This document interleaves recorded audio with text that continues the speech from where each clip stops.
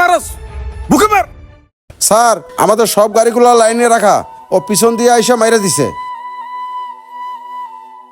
Sir ওরে বাইন্দা রাখছি, এখন আমরা কি করব? ওরে বাইন্দা পিটাও তাহলে। আচ্ছা ঠিক আছে স্যার। এই আলমগীর, এই দাঁড়ায় রইছস কে? পিটা পিটা।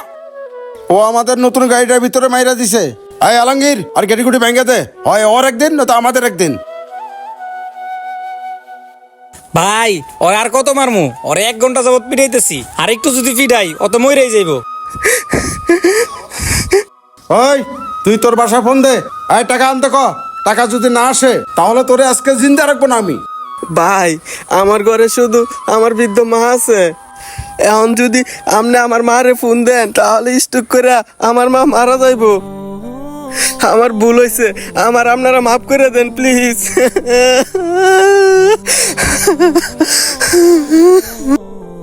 বুঝতে পারছি, আরে পিঠে কোনো লাভ নাই। আলঙ্গের প্লাস চলো তো, নখের মধ্যে চাপ দে, তাইলে আমাকে কাম হইব। না না ভাই, এরম কাম কইরেন না, আমার আর মাইরেন না ভাই। এই মার।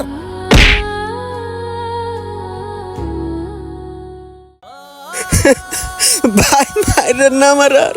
এই তুই নাটক করিস না, তোর দুটো ভাই আছে না, বাড়িতে ফোন দে।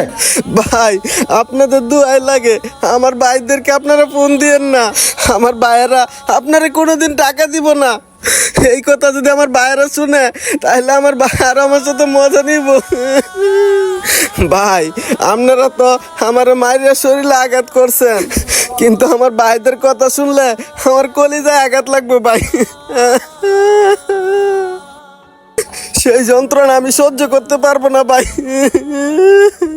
বুঝতে পারছি এগুলো তো সাজানো নাটক। দাঁড়া, তোর চেক করে তোর ফোনটা নেই, আমি তোর ভাইয়ের কাছে ফোন দিতাছি। তুই আমাদের নতুন গাড়িতে মাইরা দিছ, তুই টাকা দিবি না? টাকা কিভাবে নিতে হয় আমি মোশাররফ চৌধুরী সেটা ভালো করে জানি।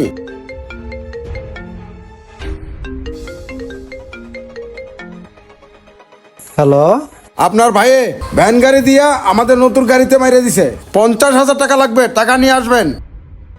কি 50,000 টাকা? ভাই আমি 1 টাকাও দিতে পারুম না ভাই। আপনারা ওরে মাইরা ওর কাছ থেকে টাকা উসুল করে নেন ভাই। ওরে বাইন্দা মাইরা ফালান। ও আমাদের সাথে বড় গলায় কথা বলে। ও বলে বড় বড় বাড়ি করবে, এটা করবে, ওইটা করবে। এগুলাকে হয় ভাই? ওরে মাইরা ফালান ভাই, ও আমার ভাই না ভাই। ধুর, ওরে মাইরা ফালান তো। এসব বিষয় নিয়ে নেক্সট টাইম আমাকে আর ফোন দিবেন না, ঠিক আছে ভাই? রাখি। কি বললো ভাই?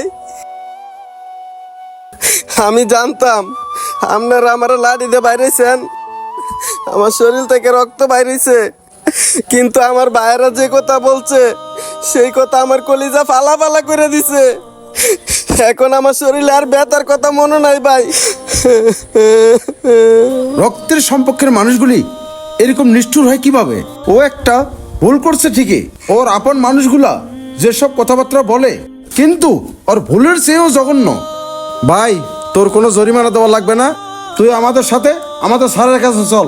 আমরা স্যারের বুঝাই কমো, তুই গিয়া স্যারের পায়ে ধরে ক্ষমা চাবি, স্যারে তোরে নিশ্চয় ক্ষমা করে দিব। এই ওর বান টান খুলে দে, নিয়ে স্যারের কাছে চল। আসসালামু আলাইকুম।